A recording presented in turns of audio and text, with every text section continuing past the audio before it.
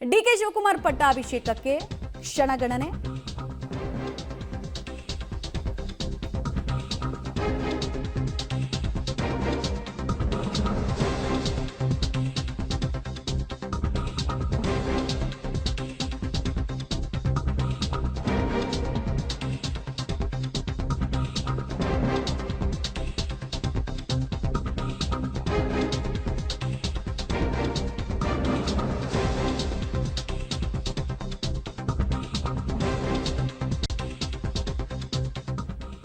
ನೋಡಿ 4:05 ಇವತ್ತು ಸಂಜೆ ಲೋಕಭವನದಲ್ಲಿ ಅವರ ಪ್ರಮಾಣ ವಚನ ಕಾರ್ಯಕ್ರಮ ನಿಗದಿಯಾಗಿದೆ. ಅವ್ರ ಜೊತೆಗೆ 10 ರಿಂದ 11 ಜನ ಸಚಿವರು ಪದಗ್ರಹಣವನ್ನ ತೆಗೆದುಕೊಳ್ಬಹುದು ಅನ್ನೋ ಎಕ್ಸ್ಪೆಕ್ಟೇಷನ್ ಇದೆ. ಮಾಲವ್ಯ ಯೋಗದಲ್ಲಿ ಡಿಕೆ ಶಿವಕುಮಾರ್ ಅವರು ಪ್ರತಿಜ್ಞಾ ವಿಧಿಯನ್ನ ಸ್ವೀಕರಿಸ್ತಾರೆ ಅನ್ನೋದು ಗೊತ್ತಾಗ್ತಾ ಇದೆ.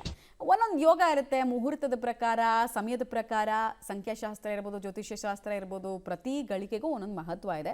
ಅದೇ ರೀತಿ ಮಾಲವ್ಯ ಯೋಗ ಅಂತೆ ಡೀಟೇಲ್ಸ್ ಕೊಡ್ತಾರೆ.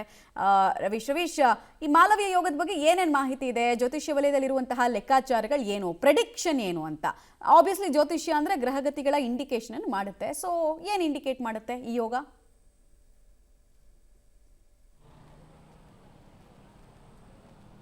ಪ್ರಮುಖವಾಗಿರ್ತಕ್ಕಂಥದ್ದು 4:05 ಒಂದು ಪ್ರಮಾಣ ವಚನ ಫಿಕ್ಸ್ ಆಗಿರ್ತಕ್ಕಂಥದ್ದು. ಅಂದರೆ ತುಲಾ ಲಗ್ನದಲ್ಲಿ ಉದಯಿಸ್ತಾ ಇದೆ, ಜೊತೆಗೆ ದಶಮ ಭಾವದಲ್ಲಿ ಉಚ್ಚ ಸ್ಥಿತಿಯಲ್ಲಿ ಗುರು ಇದ್ದಾನೆ.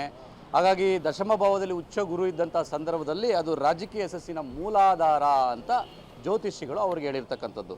ಆ ಕಾರಣಗಳಿಗೋಸ್ಕರವಾಗಿಯೇ ಈ ಒಂದು ಸಮಯವನ್ನು ಪಿಕ್ ಮಾಡಿಕೊಂಡಿದ್ದಾರೆ ಡಿ ಕೆ ಶಿವಕುಮಾರ್ ಅನ್ನೋದ್ರ ಬಗ್ಗೆ ಕೂಡ ದೊಡ್ಡ ಮಟ್ಟದಲ್ಲಿ ಚರ್ಚೆ ಆಗ್ತಿದೆ.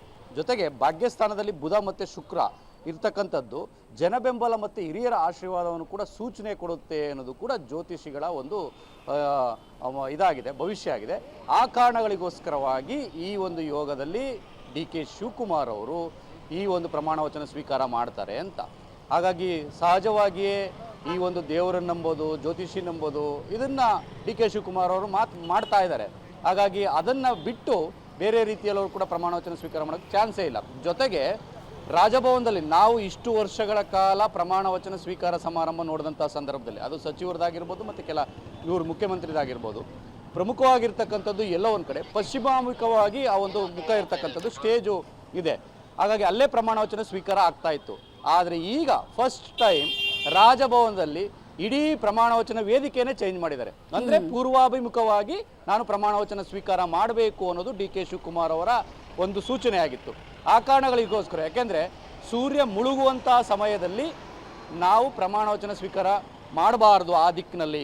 ಆ ಕಾರಣಗಳಿಗೋಸ್ಕರವಾಗಿ ಪೂರ್ವಾಭಿಮುಖವಾಗಿ ಪ್ರಮಾಣ ವಚನ ಮಾಡಬೇಕು ಅನ್ನೋದು ಕೂಡ ಹೇಳಿ ಅವರು ಇಡೀ ಸ್ಟೇಜನ್ನೇ ಒಂದು ರೀತಿಯಲ್ಲಿ ತಿರುಗಿಸ್ಕೊಂಡಿದ್ದಾರೆ, ಅಂದರೆ ಈ ಕಡೆ ಹಾಕ್ಕೊಂಡಿದ್ದಾರೆ.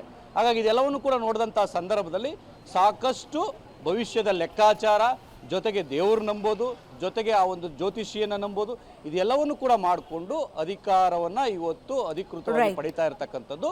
ಹಾಗಾಗಿ ಎಲ್ಲ ರೀತಿಯಲ್ಲೂ ಕೂಡ ರಾಜಭವನದಲ್ಲಿ ಅದಕ್ಕೆ ಸಿದ್ಧತೆ ದೊಡ್ಡ ಮಟ್ಟದಲ್ಲೇ ನಡೆದಿದೆ.